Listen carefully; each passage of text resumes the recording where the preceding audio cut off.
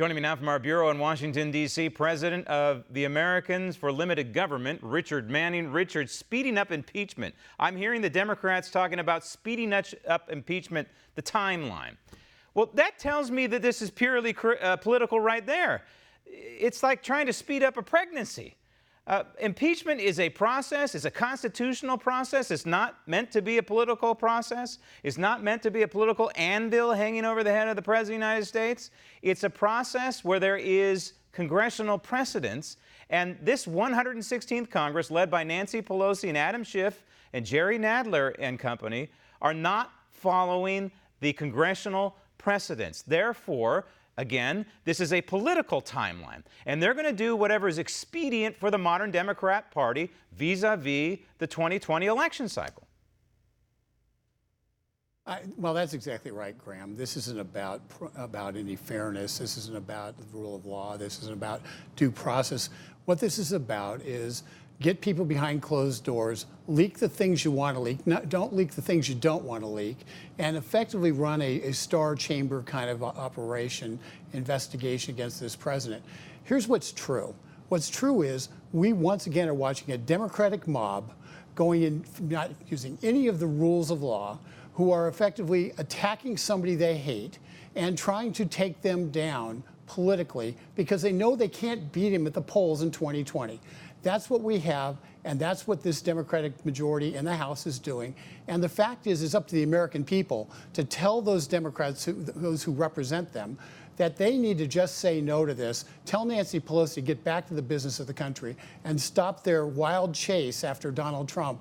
We just dealt with Mueller for 2 years.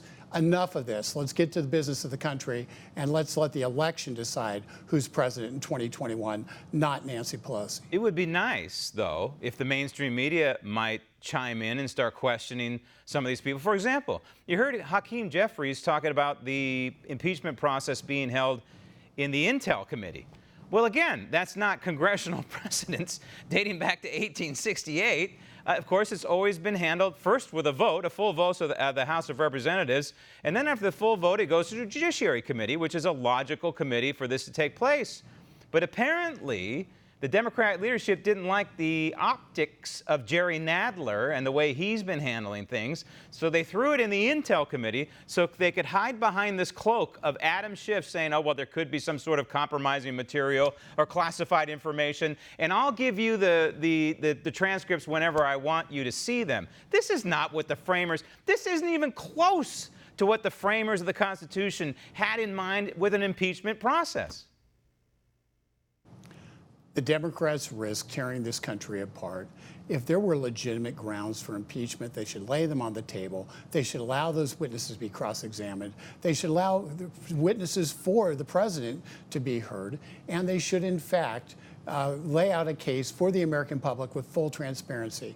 The fact they're hiding behind closed doors and depending upon leaks by the same guy who kept leaking for 3 years under the Mueller investigation, by that same guy, tells you everything you need to know about this investigation. It's political, it's not fair, and it ought to be disbanded right now if they have any respect for this country and the Constitution. The President of the United States offered a tweet about the future, not just about his situation, but this is a tweet about future presidents, and it's spot on. It's what I've been saying on this in fact, I think he lifted it from my program, Richard, which is fine.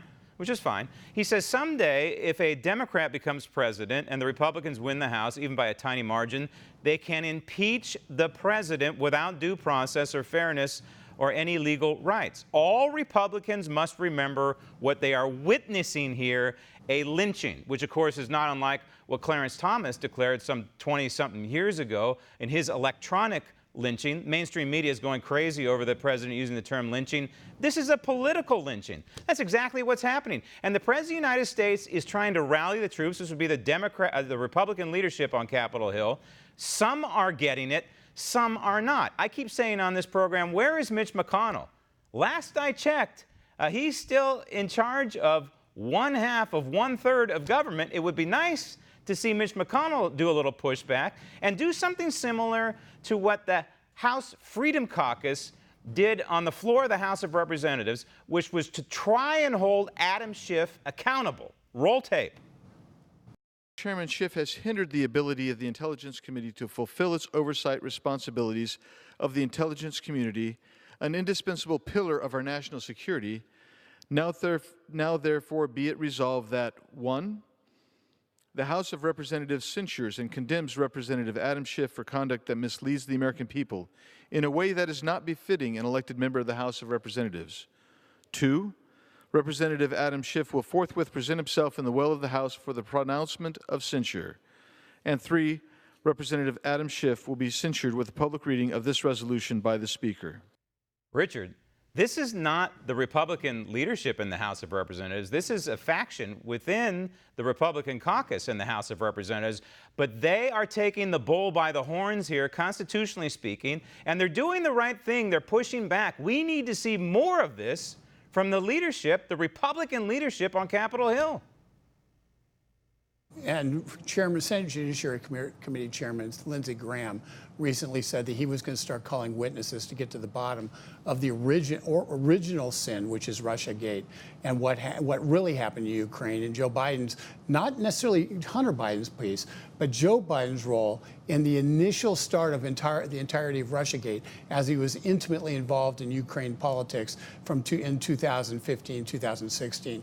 So that's what we're going to see. We're going to see Lindsey Graham pushing back on the Senate side hard by bringing those witnesses forward and trying to get the Democrats to have to deal with the reality of what happened in terms of the original Russiagate and how it relates to this particular inquiry, because it's all built around Ukraine. And it's all built around the fact that the Democrats desperately don't want Attorney General Barr to get to the bottom of what happened and how Russiagate got started.